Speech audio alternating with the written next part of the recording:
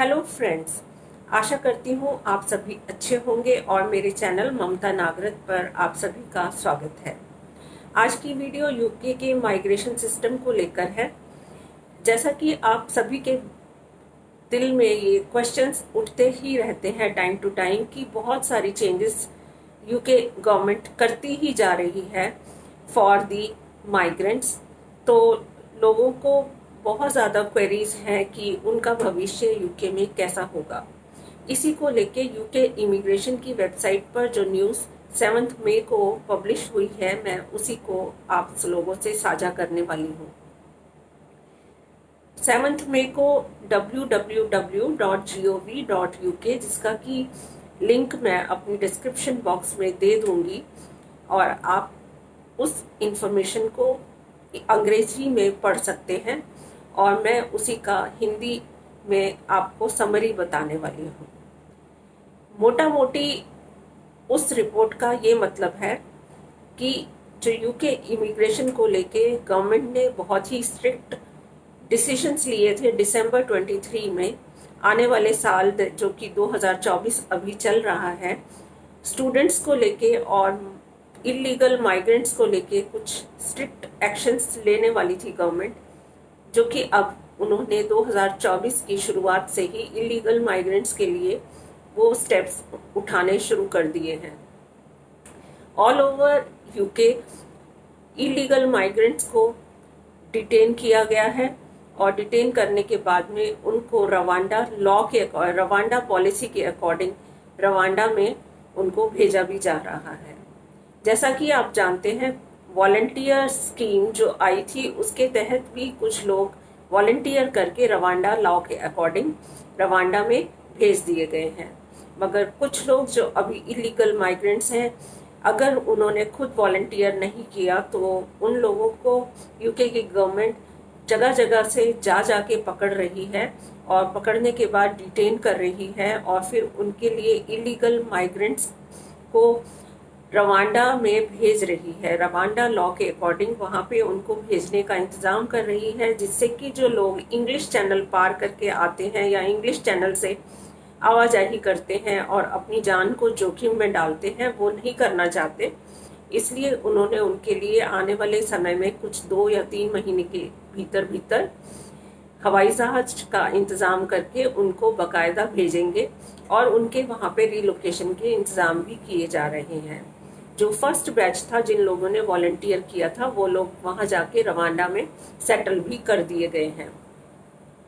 तो इस तरह से आने वाले समय में जो कि अभी डिटेंशन ऑफ इलीगल माइग्रेंट्स जारी है, यूके गवर्नमेंट काफ़ी स्ट्रिक्ट रहेगी आने वाले महीनों में और जगह जगह से इलीगल माइग्रेंट्स को पकड़ के डिटेन करके उनको रवांडा भेज देगी। दूसरा ये है कि जो स्टूडेंट्स हैं उनके भविष्य का क्या, तो उसके लिए मई के आखिर तक एक एडवाइजरी कमेटी बिठाई गई है। जो एडवाइजरी कमेटी उसका डिसीजन लेगी कि ग्रेजुएशन स्कीम जो है ग्रेजुएट स्टूडेंट्स के साथ में, जो अभी तक मास्टर्स प्रोग्राम्स में families, spouses and children, dependents were allowed, जो आ सकते थे, अब उन्होंने इस नई पॉलिसी में ये सब बंद कर दिया है। फिर भी जो एडवाइजरी कमेटी को बोला गया है कि मई के एंड तक वो अपनी रिपोर्ट दे दें और उसके रिपोर्ट के बेसिस पे गवर्नमेंट डिसीजन लेगी कि यूनिवर्सिटीज़ के लिए और स्टूडेंट्स के लिए क्या बेहतर होगा, क्या डिपेंडेंट्स को बुलाना चाहिए या नहीं बुलाना चाहिए। तो इन सभी को लेके जो है अभी रूल आएगा। वो रूल तभी आएगा जब एडवाइजरी कमेटी अपनी रिपोर्ट दे देगी, क्योंकि अगर डिपेंडेंट्स ग्रेजुएट स्कीम्स के तहत मना कर दिए जाते हैं तो भी इम्पैक्ट आता है। सिर्फ जो रिसर्च बेस्ड मास्टर्स प्रोग्राम है उन्हीं में ही डिपेंडेंट्स अलाउड हैं।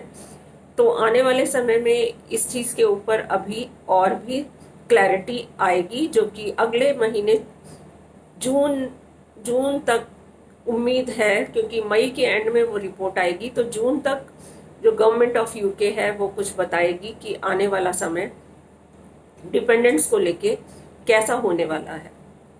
तीसरा ये है कि गवर्नमेंट ऑफ यूके ने जितने भी ये राइडर स्कीम्स हैं, जैसे डिलीवरू हो गया, उबर ईट्स हो गया, और जितनी भी डिलीवरी कंपनीज हैं उन सभी के साथ उन्होंने मीटिंग बिठाई, और मीटिंग बिठाने के बाद में उनको बहुत स्ट्रिक्टली बोल दिया कि कोई भी अगर इलीगल माइग्रेंट उनका राइडर होगा जो फूड सप्लाई चेन में काम कर रहा होगा, तो वो उसका पूरा फुल चेकअप करें कि वो कहीं इलीगल माइग्रेंट तो नहीं है।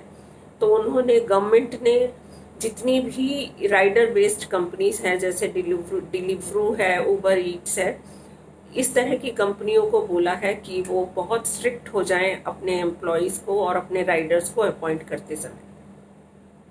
और ये भी है कि माइग्रेशन कम होता जा रहा है, जैसा कि इन्होंने, जो यूके की गवर्नमेंट है, उन्होंने पहले से ही प्लान किया था कि उन्होंने इमिग्रेशन में स्टूडेंट्स भी कम आए, ऐसा वो चाहते हैं कि स्टूडेंट्स कम आए, और इसी तरह से स्किल्ड माइग्रेंट्स भी कम से कम आए, और वो चाहते हैं कि उनकी जो अपनी जो मैन पावर है वो यूटिलाइज हो।